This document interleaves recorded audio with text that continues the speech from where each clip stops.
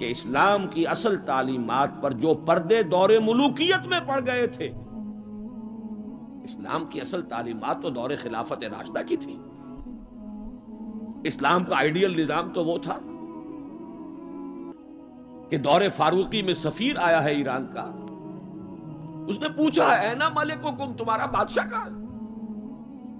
اسے جواب ملا لیس لنا ملکن بل لنا امیرن، ہمارا کوئی بادشاہ نہیں ہے، ہمارا تو ایک امیر ہے، امیر المومنین ہے ہمارا. بھئی وہ کہاں ہے؟ کوئی محل نظر نہیں آ رہا ہے اس چھوٹی سی بستی کے اندر. وہ ہمارے فاروق رہتا کہاں ہے جس کے نام سے تھرا رہے ہیں شہنشاہوں کے ایوان، لرزہ طاری ہے جس کے نام سے، رہتا کہاں؟ بتایا گیا کہ بیت المال کے کچھ اونٹ گم ہو گئے تھے، ہمارا وہ خلیفہ ان کو تلاش کرنے باہر گیا ہوا. وہ کسی کو ساتھ لے کر گیا ہوگا کہ پہچان تو سکے. تو دیکھا کہ تھک گئے تھے حضرت عمر فاروق، صبح سے تلاش میں تھے، اونٹ نہیں ملے، تھک گئے، دھوپ تیز ہو گئی، تو ایک جھاڑی کے ذرا سائے میں استراحت فرما رہے ہیں اپنا کوڑا اپنے سر کے نیچے رکھ کر. اس نے وہاں کھڑے ہو کر کہا اے عمر، تم انصاف کرتے ہو لہذا تمہیں کوئی خوف نہیں. ہمارے بادشاہ ظلم کرتے ہیں، ان کی جان کانپتی رہتی ہے، اونچی اونچی فصیلوں کے پیچھے بھی وہ لرزتے رہتے ہیں، انہیں باڈی گارڈز کی ضرورت ہے، ان کے لیے تو طرح طرح کی حفاظتوں کا سامان. یہ تھا نظام جو محمد عربی نے دیا صلی اللہ علیہ وسلم. دور ملوکیت میں تو پھر وہی ایوان سجے، وہی محل بنے، وہی چہیتی بیویوں کے لیے کروڑوں روپے کے مقبرے تعمیر ہوئے، محل بنے. جا کر دیکھ لیجئے الحمرا، دیکھ لیجئے جا کر محل. اب وہ محل ہیں لا یرا الا مساکنہم، وہ مسکن اور محل نظر آ رہے ہیں، ان میں رہ بسنے والوں کا نام و نشان مٹ گیا. لیکن یہ کہ دور بنو امیہ میں تو پھر بھی ابھی اس طرح کے محل نہیں بنے تھے. دور بنو عباس میں آ کر تو ملوکیت جو ہے اپنی پوری شدت کے ساتھ اور پوری تمام شان و شوکت کے ساتھ دوبارہ جو ہے ظاہر ہوئی. تو یہ اسلام کی تعلیم پر جو پردے پڑے ہیں، جو سرمایہ داری پھر آ گئی، جاگیرداری پھر آ گئی، بہانوں سے سود کو جائز کیا گیا، بیع مؤجل کے حوالے سے ہی سود کے لیے راستے کھول دیے گئے، یہ سارے جاگیریں دی جا رہی ہیں، یہ سارا کا سارا نظام آ گیا. ظاہر بات ہے جسے سعودی ماڈل درکار نہیں، جسے ایرانین ماڈل منظور نہیں، وہ اس ماڈل کو کیسے پسند کرے؟ ماڈل تو اگر چاہیے تو وہ تو خلافت راشدہ کا، اس کا کوئی عملی نمونہ دنیا میں آج نہیں. تو اقبال نے یہ کہا تھا کہ اگر ایسا ہو گیا، کاش کہ ایسا ہو جائے، تو ہمیں ایک موقع مل جائے گا کہ اسلام کی تعلیمات پر جو پردے دور ملوکیت میں پڑ گئے تھے انہیں ہٹا کر اسلام کے اصل رخ روشن دنیا کو دکھائیں. یہی بات قائد اعظم نے کہی تھی. ہمیں پاکستان اس لیے مطلوب ہے کہ عہد حاضر میں اسلام کے اصول حریت و اخوت و مساوات کا ایک نمونہ دنیا کے سامنے پیش کر سکے. یہ بات دوسری ہے، 45 برس بیت گئے شمسی حساب سے اور 46.5 برس بیت چکے ہیں قمری حساب سے، ابھی تو کہیں وہ مساوات اور حریت اور اخوت کہیں نظر نہیں آ رہی. وہ تو ایک قوم بھی کئی قومیتوں میں بٹ گئی، لسانی اور علاقائی اور صوبائی عصبیتوں کا دورہ ہے. ڈھونڈ اب اس کو چراغ رخ زیبا لے کر، وہ ایک قوم جو ہندوؤں کے مقابلے میں ایک قوم بن گئی تھی، اب تو وہ تحلیل ہو چکی، اس کا کوئی وجود ہی نہیں ہے. میں بہرحال اس مرثیے پر زیادہ وقت صرف نہیں کرنا چاہتا.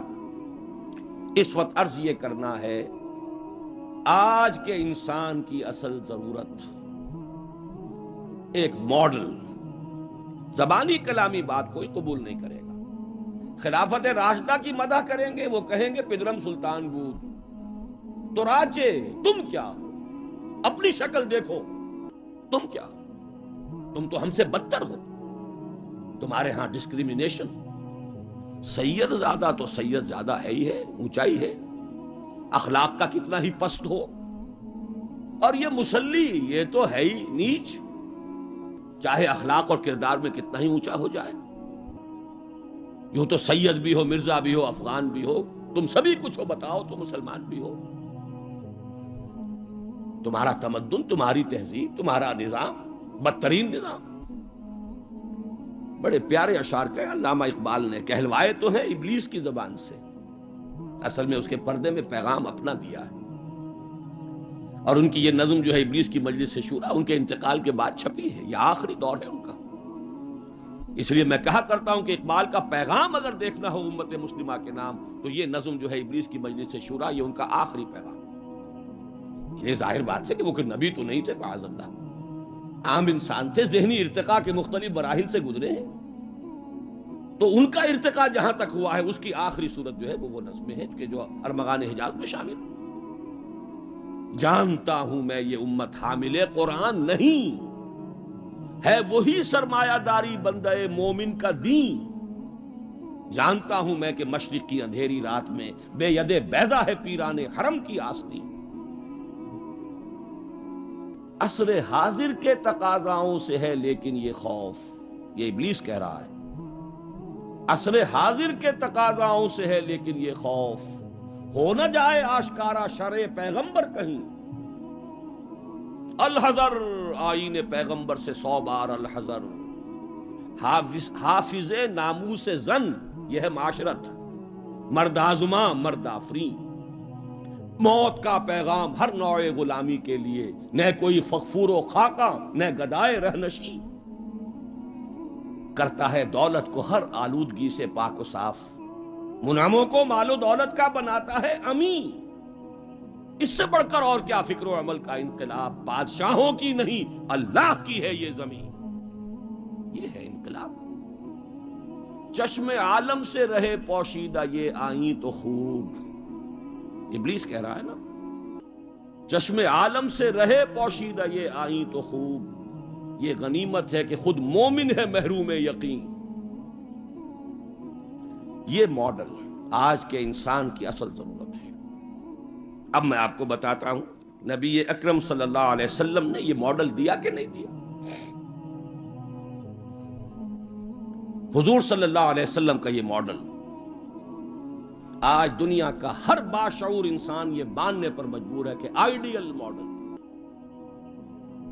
بدترین دشمنوں نے اقرار کیا۔ ایم این رائے 1920 میں لیکچر دیا اس نے، ہسٹوریکل رول آف اسلام، لاہور میں دیا، وہ کتاب اب بھی بھارت میں چھپتی ہے۔ اس نے کہا کہ تاریخ انسانی کا عظیم ترین انقلاب وہ ہے جو محمد نے برپا کیا صلی اللہ علیہ وسلم۔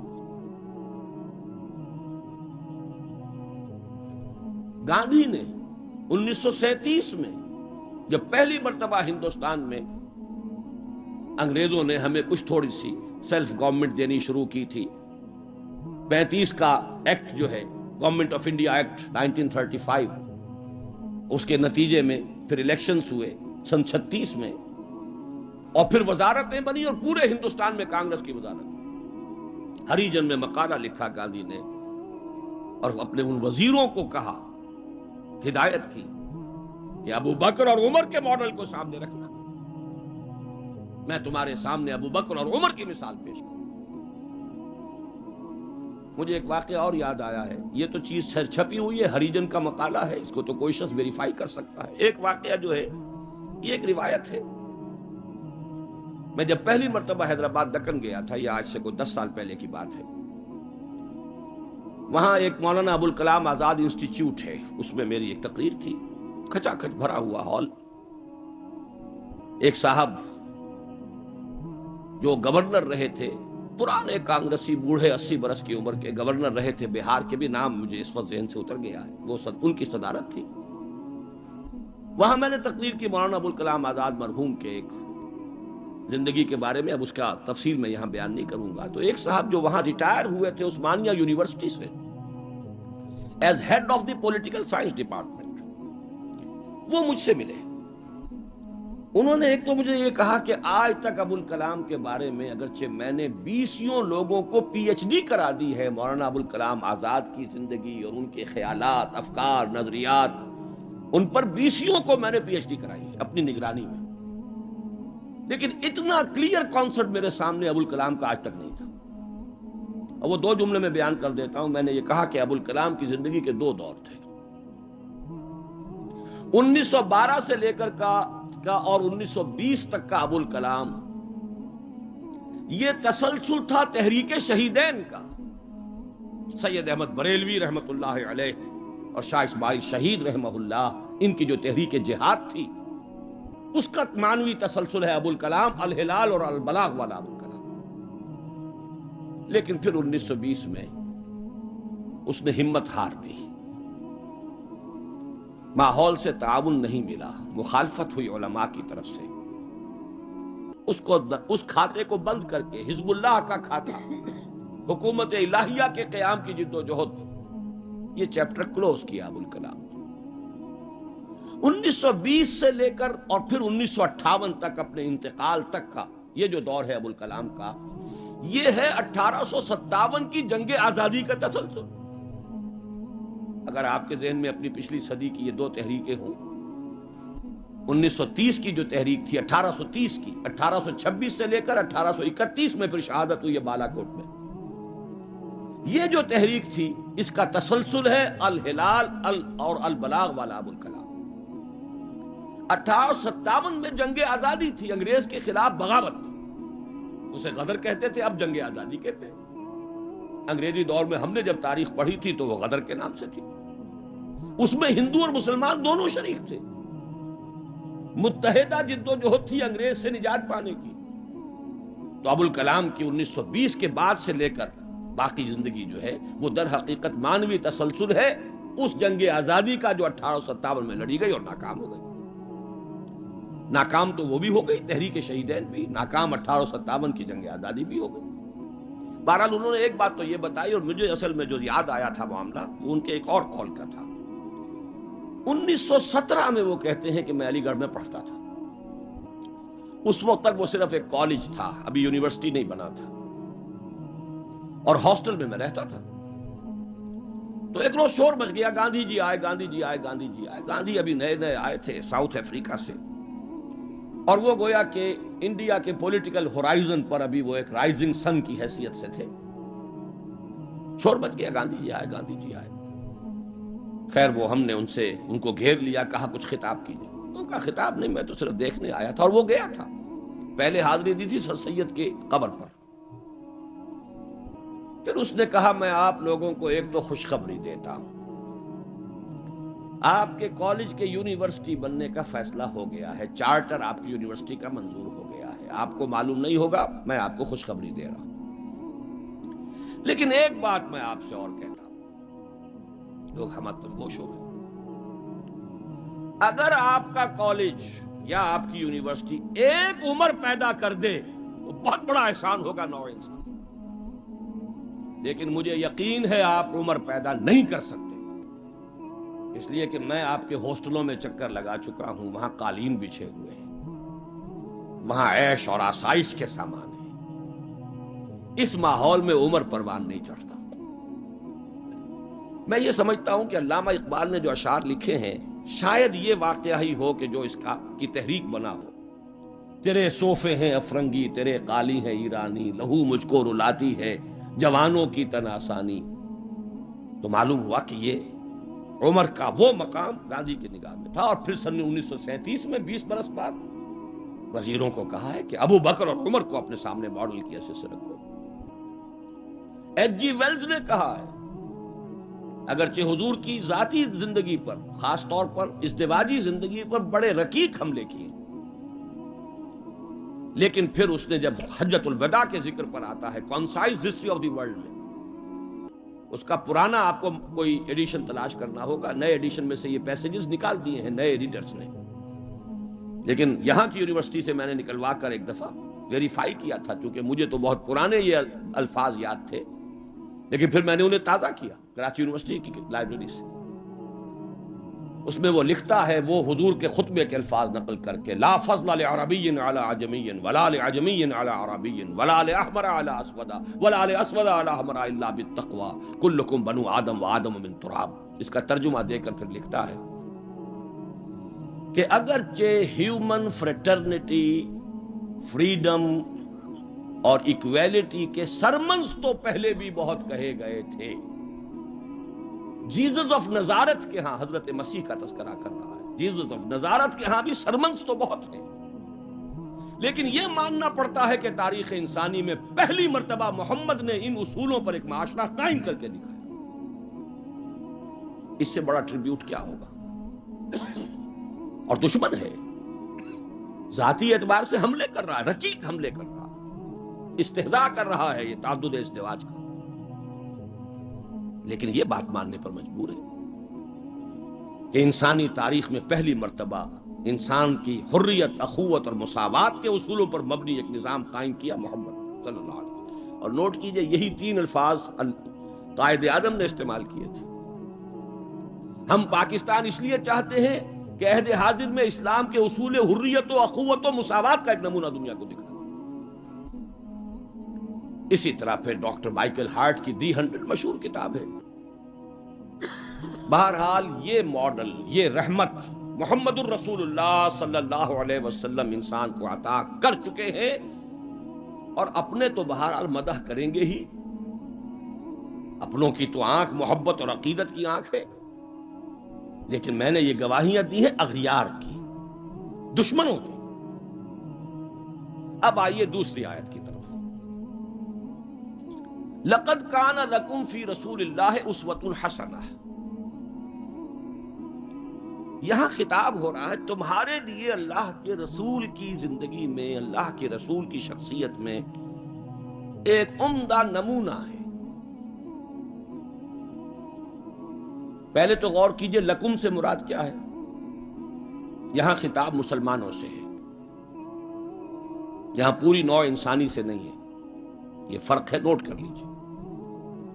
پہلی آیت کے مقابلے میں خطاب کا رخ اس آیت میں یہ محدود ہے، مسلمانوں کی طرف خطاب. اے مسلمانوں، تمہارے لیے رسول کی شخصیت میں ایک عمدہ نمونہ ہے. آپ کہیں گے کس دلیل سے یہ کہہ رہے ہیں؟ اسی آیت کا جو دوسرا ٹکڑا ہے وہ عام طور پر پڑھا نہیں جاتا. لقد کان لکم فی رسول اللہ اسوۃ حسنۃ لمن کان یرجو اللہ والیوم الآخر وذکر اللہ کثیرا.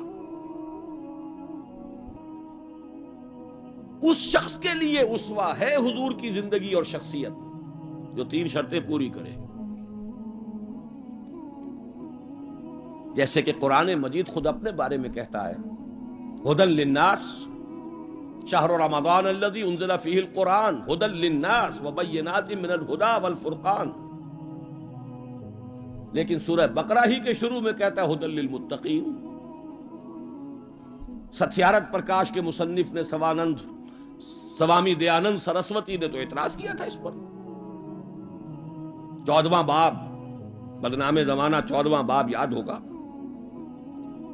اس کا حل کیا ہے اس اشکال کا؟ قرآن اپنی جگہ ہدایت ہے پوری نوع انسانی کے لیے تا قیام قیامت، لیکن اس سے استفادہ وہی کرے گا جس میں استفادے کی پیاس اور طلب. پیاس ہی نہیں، بہترین مشروب رکھ دیجئے، پیے گا نہیں انسان. بھوک نہیں، بیماری کی وجہ سے ذائقہ منہ کا خراب ہے. آپ نے دیکھا ہوگا ماؤں کو بیچاریاں بچوں کی کیسی کیسی خوش آمدیں کرتی ہیں، بیٹے کچھ کھا لو، یہ کھا لو، وہ کھا لو، یہ، لیکن اس کا منہ کا ذائقہ بگڑا ہوا کچھ نہیں کھاتا. بھوک مری ہوئی ہے کچھ نہیں کھاتا. تو جس میں ہدایت کی طلب نہیں ہوگی قرآن اس کو ہدایت نہیں دے گا. اپنی جگہ ہدی للناس، استفادے کے لیے شرط ہے، پیاس ہو طلب ہو تب. اسی طرح حضور کی زندگی اسوہ کاملہ، اپنی جگہ مکمل ہر اعتبار سے، لیکن اس سے استفادہ کرنے کے لیے 3 شرطیں ہیں. لقد کان لکم فی رسول اللہ اسوۃ حسنۃ لمن کان یرجو اللہ والیوم الآخر وذکر اللہ کثیرا. اس کے لیے اسوہ ہے کہ جو اللہ سے ملاقات کا امیدوار ہے، یوم آخرت پر یقین رکھتا ہے، حساب کتاب کا یقین ہے، اور اللہ کا ذکر کرتا ہو کثرت کے ساتھ، اس کے لیے اسوہ. بہت اہم ہے یہ نقطہ جو عام طور پر اس آیت کا دوسرا ٹکڑا جو ہے وہ سنایا ہی نہیں جاتا. لقد کان لکم فی رسول اللہ اسوۃ حسنۃ لمن کان یرجو اللہ والیوم الآخر وذکر اللہ کثیرا. اللہم ربنا اجعلنا منہم، اے اللہ ہمیں ان لوگوں میں شامل فرما جو ان 3 شرطوں کو پورا کر کے اور محمد الرسول اللہ صلی اللہ علیہ وسلم کی اسوہ حسنہ سے استفادہ کر سکے۔ اب نوٹ کیجئے حضور کا یہ اسوہ نمونہ کس کس پہلو سے، اس میں بھی ذرا 3 مراحل آئیں گے۔ سب سے پہلے یہ کہ ایک فرد کی حیثیت سے اسوہ کاملہ، خاص طور پر میرے نزدیک تو یہ سیرت النبی کا اعجاز ہے، معجزہ ہے۔ اگرچہ حضور کا سب سے بڑا معجزہ قرآن ہے، لیکن خود اپنی جگہ پر سیرت النبی معجزہ ہے۔ کس معنی میں؟ انسان کی جتنی حیثیتوں کا آپ تصور کر سکتے ہیں ان تمام حیثیتوں میں اسوہ موجود ہے محمد الرسول اللہ صلی اللہ علیہ وسلم۔ باپ کی حیثیت سے اسوہ موجود، حضرت مسیح کی زندگی میں تو نہیں، انہوں نے شادی نہیں کی۔ شوہر کی حیثیت سے اسوہ موجود، خسر کی حیثیت سے اسوہ موجود، حضرت علی کے خسر ہے کہ نہیں، حضرت عثمان کے خسر ہے یا نہیں۔ داماد کی حیثیت سے اسوہ موجود، حضرت ابوبکر حضرت عمر کے داماد ہے کہ نہیں۔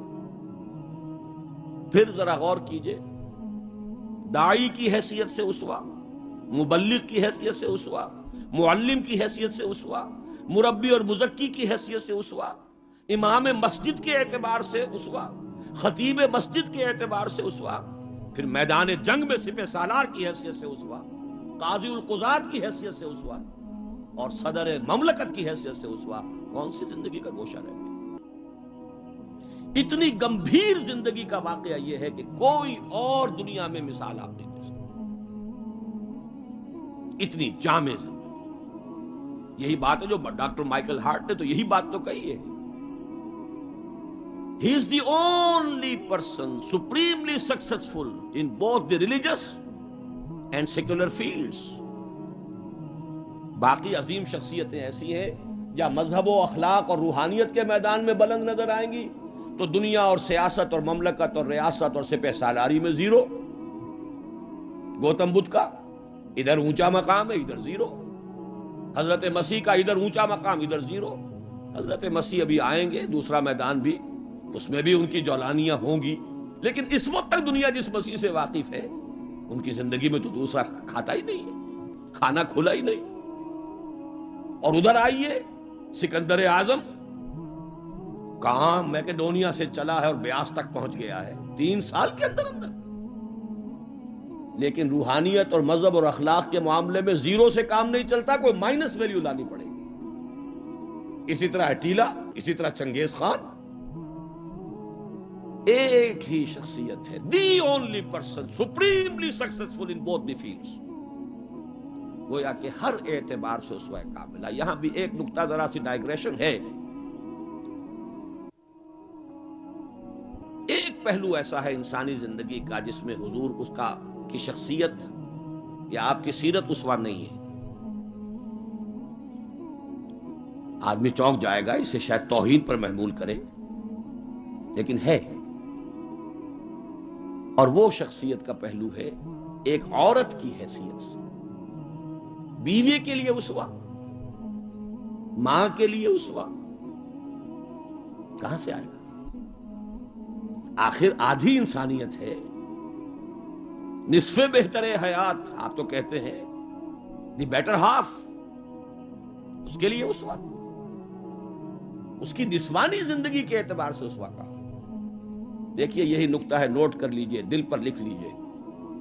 یہی وجہ ہے کہ جس سورہ مبارکہ میں یہ آیت آئی ہے لَقَدْ كَانَ لَكُمْ فِي رَسُولِ اللَّهِ أُسْوَةٌ حَسَنَةٌ، اسی میں فرمایا گیا اے نبی کی بیویوں تمہیں اسوہ بننا ہے پوری نوع انسانی۔ یا نساء النبی لستن کاحد من النساء، اے نبی کی بیویوں تم عام عورتوں کے مانند نہیں۔ نبی کی زندگی میں جو خلا ہے، اس لیے کہ وہ مرد ہے، اسوہ کے اعتبار سے جو خلا رہ گیا ہے اسے تمہیں پر کرنا ہے۔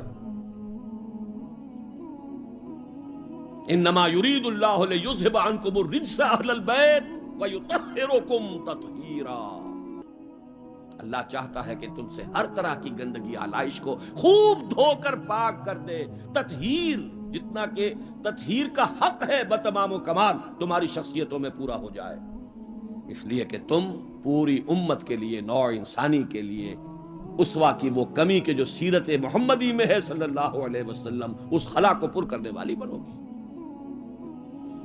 بہرحال انفرادی حیثیت میں گمبھیر ترین اسوہ حضور کی زندگی میں موجود، اسی کا ایک رخ اور بھی ہے انفرادی زندگی کا، اور وہ ہے اخلاقیات۔ حضور کا اپنا قول ہے، انما بعثت لاتمم مکارم الاخلاق، مجھے اس لیے بھیجا گیا ہے، مبعوث کیا گیا ہوں تاکہ اخلاق کی بہترین جو بلندیاں ہیں ان کی تکمیل کر دوں، اتمام کر دوں۔ اس کا مفہوم کیا ہے، اس کو سمجھ لیجیے۔ علیحدہ علیحدہ انڈیویجول ایتھیکل ویلیوز، اخلاقی قدریں مختلف انبیاء کی زندگی میں اپنے نقطۂ عروج کو پہنچ چکی تھی۔ صبر میں حضرت ایوب سے آگے کس کا مقام ہوگا؟ ان کے تو نام کا جز ہے ایوب صابر، محاورہ ہے صبر ایوب۔ تسلیم میں حضرت اسماعیل سے آگے کون جائے گا؟ جو گردن رکھ رہا ہے، ابا جان چلائیے چھری، ستجدنی انشاءاللہ من الصابرین۔ سر تسلیم خم ہے جو مزاج یار میں آئے، اس سے کوئی اونچا مقام ہوگا؟ استقامت میں حضرت نوح سے آگے کوئی جا سکتا ہے؟ 950 برس کس پر آئے؟ 950 برس۔ فَلَبِثَ فِيهِمْ أَلْفَ سَنَةٍ إِلَّا 50 عَامًا۔ دعوت اور تبلیغ میں استقامت سے اس سے آگے تو کوئی مقام ممکن نہیں۔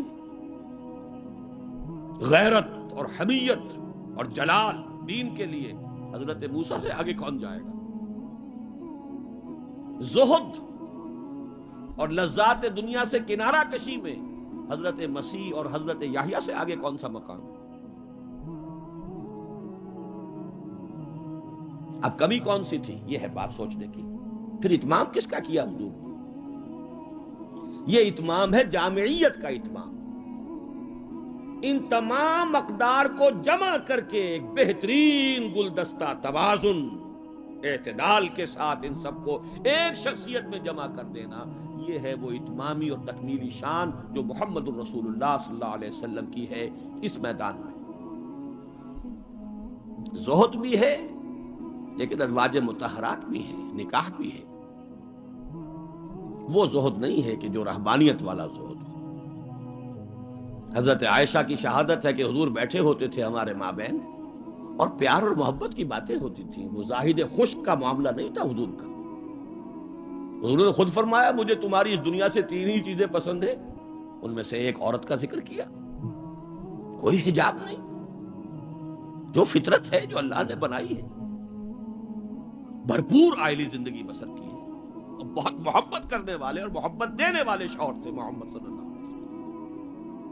لیکن جیسے ہی اذان کی آواز آتی تھی ایسے اٹھ کر چلے جاتے تھے کہ جیسے ہم سے کوئی تعلق ہی نہیں، سروکار ہی نہیں، ہم سے واقف ہی نہیں کہ ہم کون۔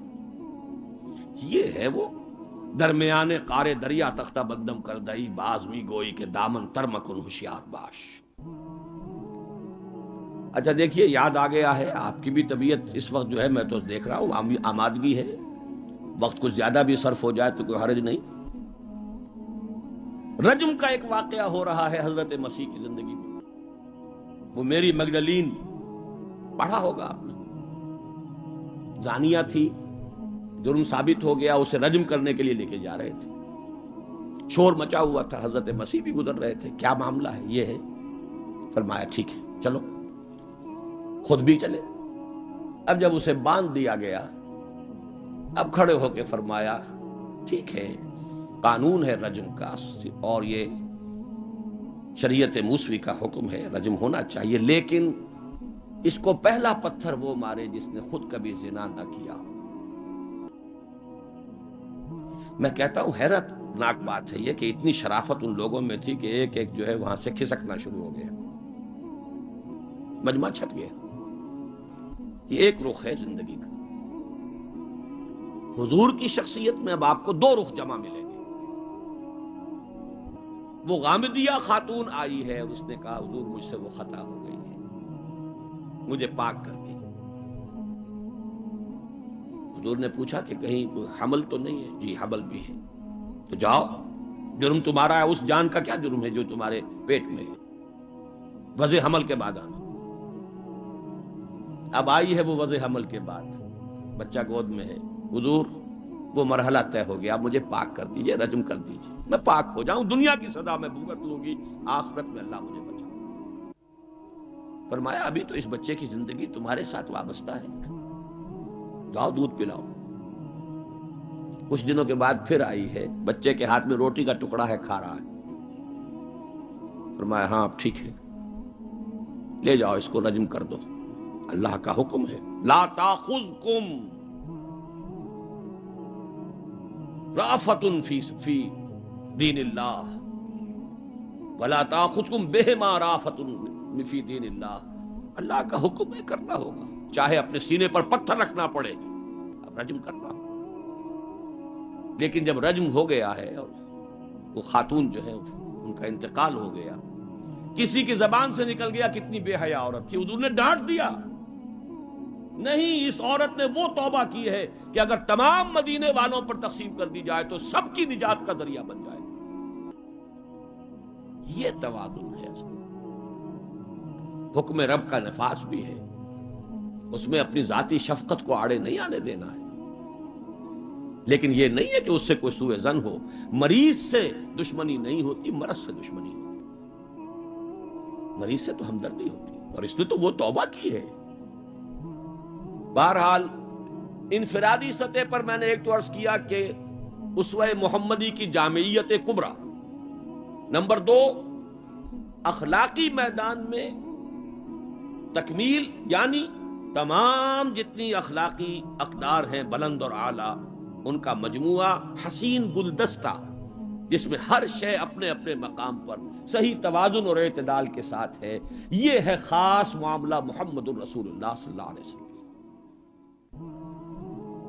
دوسرا اسوہ حضور کا وہ میں بیان کر چکا، ایک ماڈل پیش کر دیا، نوع انسانی کے لیے ایک ماڈل، وہ نظام قائم کیا، کس نے کیا؟ محمد الرسول اللہ نے کیا صلی اللہ علیہ وسلم۔ اگرچہ یہ نوٹ کر لیجئے کہ اس ماڈل کا جو اصل ہے دور، وہ ہے دور فاروقی، یہاں بھی کہیں آپ یہ نہ کہیں توہین کر رہا، دور نبوی نہیں ہے اس کا ماڈل۔ کیوں؟ حضور کی حیات طیبہ میں تو ابھی انقلابی عمل جاری تھا، ریولوشنری پروسیس تھا اپنے پورے جوبن کے اوپر، نظام قائم ہوا اور آپ کا انتقال ہو گیا، بلکہ آپ نے خود چوز کیا ہے۔ اللہم فی الرفیق الاعلی، اے اللہ بس میرا کام پورا ہو گیا، اب میں مزید یہاں رہنے کو تیار نہیں، خود خطبہ دیا آپ نے۔ بلکہ اسے اگر سوء ادب نہ سمجھا جائے تو میرے دل میں تو ایک بات ہے کہ اگر حضور کے قدموں میں اللہ نے پہنچا دیا میدان قیامت میں یا عالم آخرت میں، تو شکوہ کروں گا کہ حضور آپ نے جلدی کی۔ ابھی جو عرب ایمان لائے تھے یدخلون فی دین اللہ افواجا، ابھی ان کی کچھ اور تربیت آپ فرماتے، کچھ اور دن آپ دنیا میں قیام فرماتے۔ چوائس ہوتا ہے نبی کا، یہ تو حضور کی حدیث ہے۔ انبیاء کا معاملہ خاص ہے کہ جب وقت آ جاتا ہے اس وقت انہیں چوائس دے دیا جاتا ہے، ابھی مزید رہنا چاہتے ہیں تو رہیے، اور اگر واپس آنا چاہتے ہیں تو ٹھیک ہے، آپ کا وہ وقت جو ہے وہ ہو چکا۔ اسی پر تو حضور نے فرمایا تھا مرض وفات میں جب ذرا سا وقفہ ہوا ہے اور افاقہ ہوا ہے، حضرت ابوبکر نماز پڑھا رہے تھے مسجد نبوی میں، اور حضور پھر اپنے اس افاقے کی وجہ سے حضرت علی اور حضرت عباس رضی اللہ تعالی عنہما کے کندھوں پر اپنا ایک ایک ہاتھ دست مبارک رکھ کر مسجد میں تشریف لائے ہیں۔ حضرت ابوبکر ہٹنے لگے پیچھے، جب آپ امامت فرمایا آپ نے اشارے سے کہا نہیں تم امامت کرو، حضرت ابوبکر کے پہلو میں بیٹھ گئے، کھڑے نہیں رہ سکے۔ اب آپ نماز پڑھ رہے تھے، حضرت ابوبکر آپ کی اقتدا کر رہے تھے، اور باقی پوری جماعت حضرت ابوبکر کی اقتدا کر رہے تھے۔ یہ خاص نماز ہے، یہ ایک ہی نماز ہے بس جو اس رنگ میں پڑھی گئی۔ اس نماز کے بعد آپ نے خطبہ دیا۔ اللہ نے اپنے ایک بندے کو یہ اختیار دیا ہے، چاہے وہ دنیا میں رہے اور چاہے وہ واپس آ جائے، بندے نے اللہ کی طرف لوٹنے کو قبول کر لیا. حضرت ابو بکر رو پڑے. باقی صحابہ نہیں سمجھے کہ یہ تو ایک خاص بات کہی جا رہی ہے، کسی اور کی حکایت ہے، کیا ہے. حضرت ابو بکر رو پڑے، سمجھ گئے کہ معاملہ کیا ہے. اب آپ نے فیصلہ کر لیا ہے مراجعہ. بہرحال میں یہ عرض کر رہا تھا کہ حضور کی حیات طیبہ بہت گمبھیر انقلابی عمل ہے جو اس کے اندر چھایا ہوا ہے. اس میں پھر ابھی اس نظام کی برکات جو ہیں وہ نمایاں نہیں ہے، موجود ہیں، نمایاں نہیں ہے. اسی طرح حضرت ابوبکر کے کل 2.25 سال، اور وہ بھی جس انقلاب کی تکمیل حضور نے کر دی تھی، اس کے خلاف جو کاؤنٹر ریولوشنری موومنٹس اٹھی ہیں ان کو کرب کرنے میں سارا وقت صرف ہو گیا. مسیلمہ کذاب اٹھ کھڑا ہوا ہے، فلاں جو ہے یہ نبیہ بن کر دعوے دار بن کر کھڑی ہو گئی ہے، اس نبی اور نبیہ کا نکاح بھی ہو گیا ہے. ایک طوفان. منکرین زکوٰۃ کھڑے ہو گئے ہیں. اور شاید آپ نے کبھی نوٹ نہ کیا ہو، نوٹ کر لیجئے، یہ سورت تو آپ پڑھتے ہی ہیں، اذا جاء نصر اللہ والفتح ورأیت الناس يدخلون فی دین اللہ افواجا. لیکن یہ کہ اس کی ایک برعکس تصویر بھی ہے، وہ دیکھ لیجئے کہ حضور کے انتقال کے بعد وہ جو فوج در فوج آئے تھے، فوج در فوج نکل بھی گئے تھے. یخرجون من دین اللہ افواجا. اور دارالاسلام جو ہے وہ صرف مدینے تک محدود ہو کر رہ گیا تھا. حضرت ابو بکر کی فضیلت جو ہے در حقیقت اسی سے ظاہر ہوتی ہے. with an iron fist and with an iron will، جس طرح آپ نے مقابلہ کیا ہے اور کرش کر دیا ہے ان تمام جو بھی قوتیں اٹھی. حضرت عمر تک گھبرا رہے ہیں، مشورہ دے رہے ہیں کہ دیکھیے ایک دم 3 محاذ نہ کھول لیجئے، حالات بڑے خراب ہیں، بڑے نازک ہیں. آپ نہ تو جیش اسامہ کو روک رہے ہیں، ٹھیک ہے آپ کا کہنا ہے کہ جس لشکر کا علم جو ہے حضور نے عطا کر دیا ہو، میں کیسے اس لشکر کو روکوں. پھر آپ مدعیان نبوت کے خلاف بھی لشکر بھیج رہے ہیں، وہ بھی سمجھ میں آتا ہے، وہ تو کافر ہو گئے، مرتد ہو گئے، لازماً ان کے خلاف تو جہاد کرنا ہے. لیکن کم سے کم ان زکوٰۃ کا انکار کرنے والوں کے معاملے میں سوچئے، نرمی کیجئے، تیسرا محاذ نہ کھولیے. انہوں نے نہ کسی نئے نبی کی دعوت کو قبول کیا ہے، نہ وہ ابھی نماز کا انکار کر رہے ہیں، بلکہ زکوٰۃ بھی یہ نہیں کہتے کہ ہم نہیں دیں گے، صرف یہ کہتے ہیں کہ ہم حکومت کو نہیں دیں گے. تو تھوڑی سی نرمی کیجئے.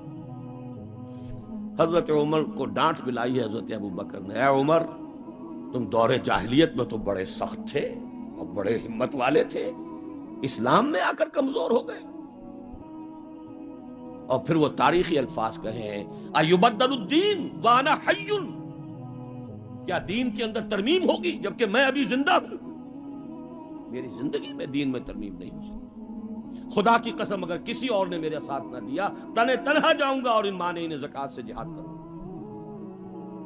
یہ آئرن ول اور آئرن فسٹ ابو بکر، رقیق القلب نحیف الجثہ انسان. لہذا اس 2.25 سال میں بھی اصل جو برکات ہیں ان کا ظہور نہیں ہو پا رہا. اصل میں جسے انگریزی میں آپ کہتے ہیں للی ان بلوم، یہ گلاب کا پھول پوری طرح کھل کر جو سامنے آیا ہے، وہ دور فاروقی ہے رضی اللہ تعالی عنہ. اس کی وہ شانیں ہیں. وہ سفیر کا واقعہ سنا چکا ہوں. حریت کا معاملہ دیکھیے کہ سعد ابن ابی وقاص کے بارے میں پرچہ نویس نے اطلاع دی ہے ایران سے. گورنر ہے ایران کے حضرت سعد ابن وقاص، اور گورنر اس لیے ہے کہ خود فاتح ایران ہیں. یہ ریوڑیوں کی طرح بٹی ہوئی گورنریاں نہیں ہیں کہ اس کو دے دو اس کو دے دو، جس کو چاہو دے دو. خود فاتح ایران سعد ابن ابی وقاص. اور آدمی کون ہے وہ؟ ایک ہی انسان ہے جس کے بارے میں حضور نے فرمایا، اے سعد تم پر میرے ماں باپ قربان. غزوہ احد میں جب نرغہ کیا ہے کفار نے اور حضور کو شہید کرنے کے لیے سرتوڑ کوشش کی ہے، اس وقت تیر اندازی کر رہے تھے حضرت سعد ابن ابی وقاص رضی اللہ تعالیٰ عنہ، یکی از عشرہ مبشرہ. اس وقت حضور نے کہا تھا تیر چلائے جاؤ اے سعد، تم پر میرے ماں باپ قربان. وہ سعد ہیں کہ پرچہ نویس نے اطلاع دی ہے کہ سعد نے اپنے گھر کے باہر ایک ڈیوڑی بنا لی ہے، دربان کھڑا کر دیا ہے. حضرت بلال کو بھیجا ہے، خط میں ڈانٹ دی ہے، لیکن بلال کو حکم تھا کہ پہلے جا کر ڈیوڑی کو آگ لگا دینا، پھر یہ خط دینا سعد کو. نے آگ لگائی ہے، پھر جا کر یہ خط دیا ہے. خط میں لکھا ہے سعد، لوگوں کو ان کی ماں نے آزاد جنا تھا، تم نے انہیں اپنا غلام کب سے بنا دیا. حریت کا اس سے اونچا تصور کوئی ہوگا؟ ایک عورت ٹوک رہی ہے، عمر جی محمد عورت تھی، یہ کیا تم نے حکم نافذ کیا ہے کہ مہر اس سے زیادہ نہیں ہوگا؟ ہمارے جس حق پر اللہ نے کوئی حد نہیں لگائی، تم کون ہوتے ہو حد لگانے والے؟ قرآن کی آیت ہے، بات ہے تم احداہن قنطارا، تم نے اگر اپنی کسی بیوی کو ڈھیروں دیا ہو سونا تب بھی واپس نہیں لے سکتے. جب قرآن نے ڈھیروں سونے تک کی اجازت دی ہے، تم کون ہوتے ہو اس کے اندر ترمیم کرنے والے؟ عمر وہیں کہتے ہیں آج ایک بڑھیا نے عمر کو دین سکھایا اور آرڈیننس واپس.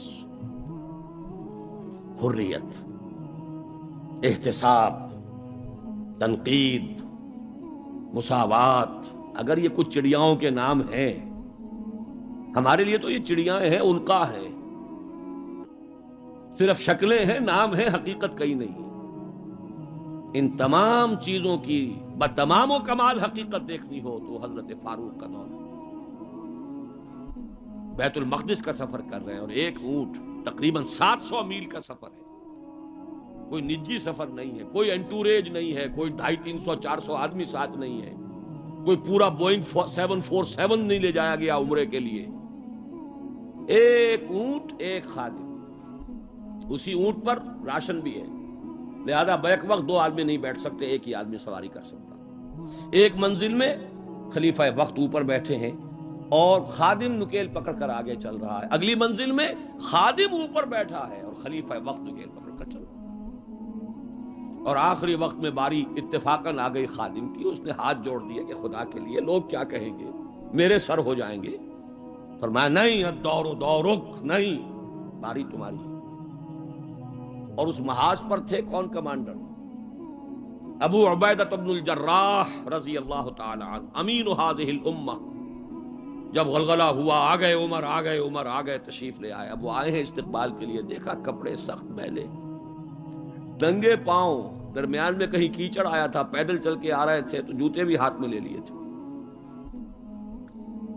کہا یہ آپ کیا کر رہے ہیں، اپنا حلیہ کوئی درست کیجئے، یہ بڑا متمدن ملک ہے، بڑے مہذب لوگ ہیں یہ شام کے لوگ، کیا کہیں گے.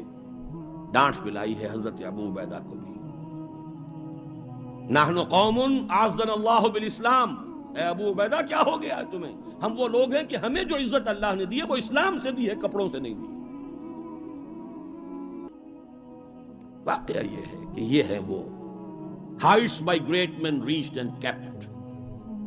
یہ مثالیں ہیں، یہ آئیڈیل ہے، یہ اسوہ ہے، اور اس میں کمال عمر کا نہیں ہے، کمال محمد الرسول اللہ کا ہے صلی اللہ علیہ وسلم.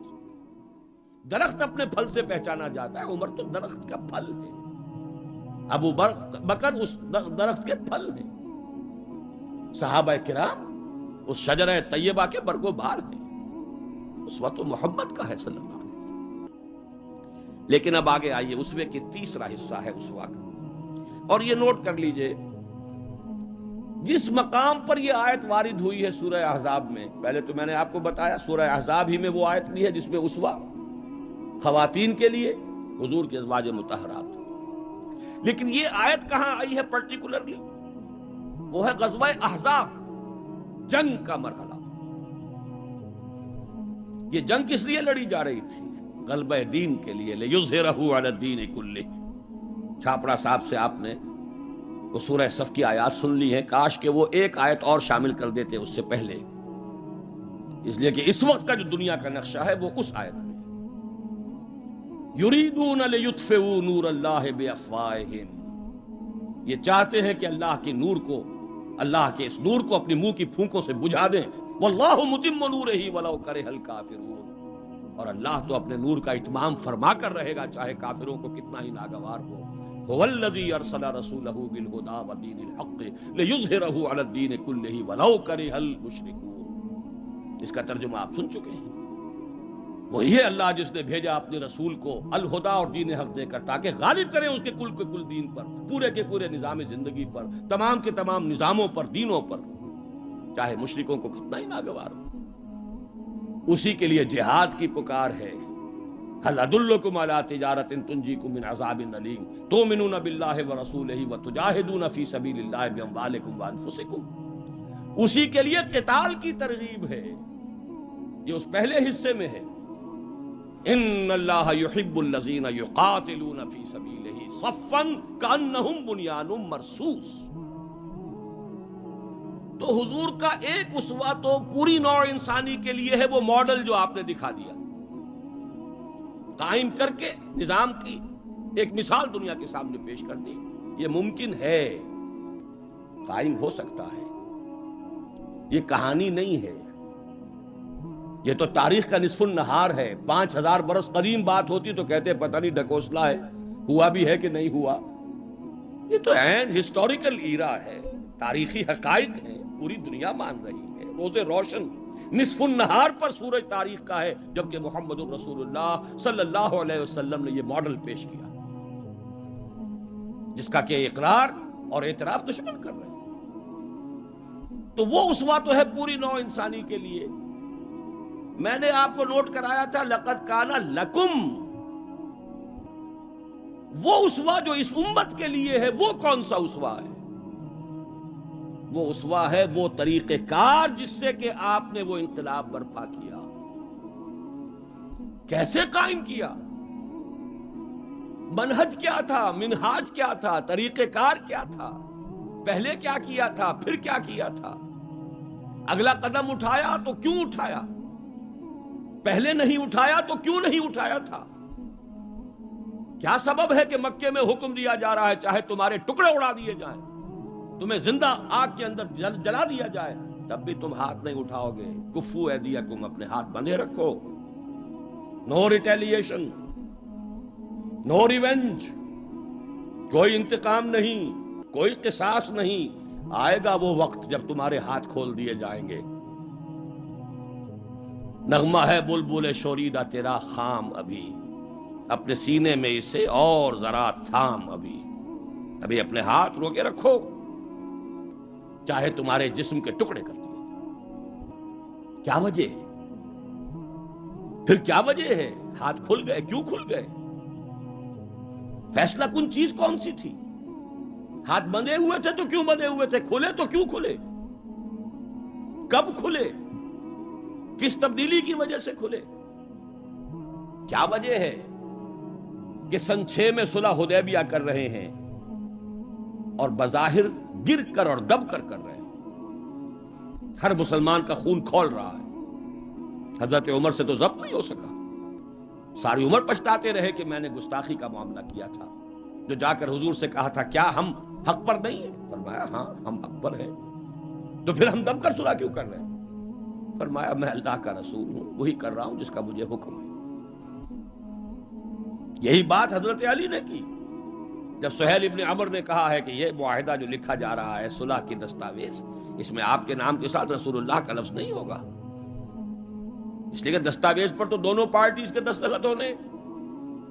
اگر ہم آپ کو اللہ کا رسول مان لیں تو جھگڑا کائے گا؟ پھر ہم تو نہیں مانتے کہ آپ اللہ کے رسول ہیں. یہ معاہدہ ہوگا محمد ابن عبداللہ اور قریش کے مابین. وہی مسکرا کر بات فرمائی، تم مانو یا نہ مانو میں اللہ کا رسول ہوں، لیکن اے علی مٹا دو جو یہ کہہ رہا ہے، مان لو کہ لکھ دو محمد ابن عبداللہ. عرض کیا حضور یہ میں نہیں کر سکتا. غیرت و حمیت حضرت عمر میں ہے، حضرت علی میں ہے، کوئی فرق نہیں. کچھ فرق نہیں ان چاروں میں. معلوم ہوا ہے کرنیں ایک ہی سورج کی. اس اعتبار سے نوٹ کیجئے کہ خون کھول رہا ہے، اور خون کھولنے کی مثال میں آپ کو اب دیتا ہوں. ایک ایک شخص کا خون کھول رہا ہے، یہاں تک کہ ابو بکر کا خون کھول رہا ہے. یہ دوسری بات ہے، ضبط اتنا ہے کہ بولے نہیں. کیسے معلوم ہوا کہ خون کھول رہا تھا ابو بکر کا بھی؟ جب صلح ہو گئی حضور نے فرمایا مسلمانوں اب احرام کھول دو، جو ہدی کے جانور ہیں یہیں ذبح کر دو. کوئی نہیں اٹھا.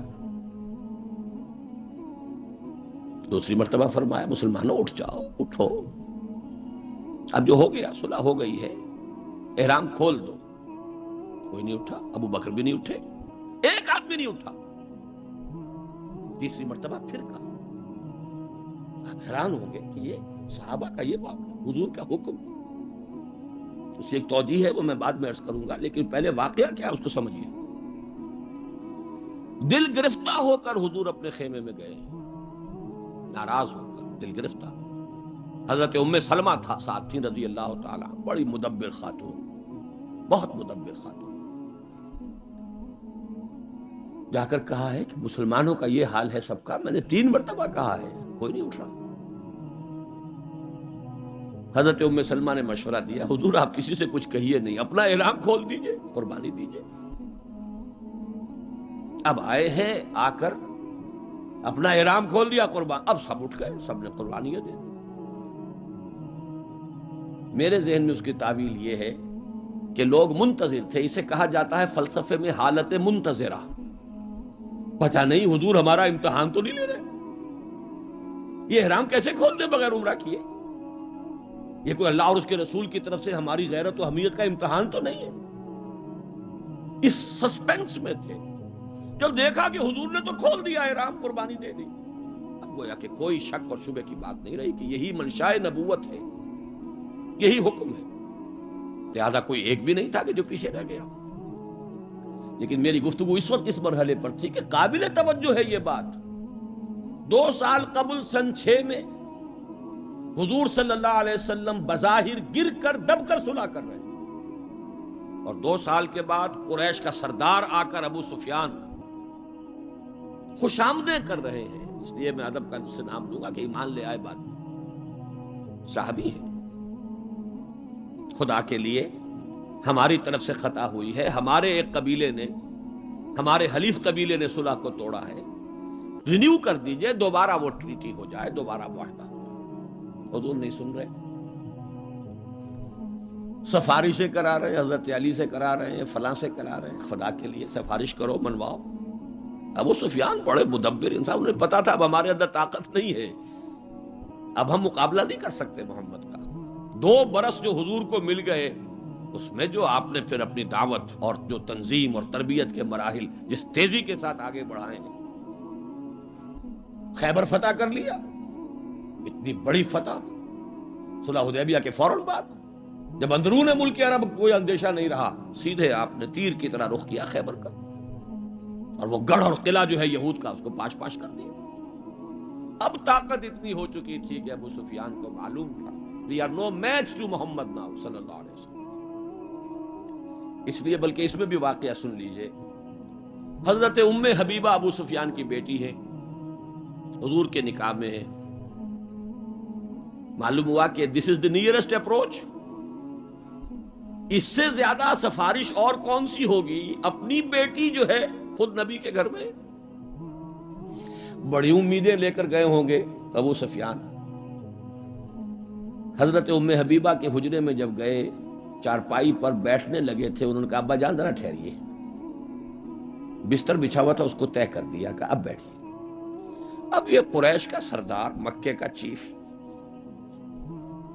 پوچھتے ہیں بیٹی یہ بستر میرے لائق نہ تھا یا میں اس بستر کے لائق نہ تھا؟ فرمایا ابا جان آپ اس بستر کے لائق نہیں ہیں، یہ محمد الرسول اللہ کا بستر ہے، آپ مشرک ہیں، کافر ہیں، نجس ہیں۔ تو میں یہ کہا کرتا ہوں کہ کیا ان کو خیال رہا ہوگا کہ اب کیا سفارش کے لیے اس بیٹی سے کہے جن کا معاملہ، جس کا طرز عمل یہ ہے۔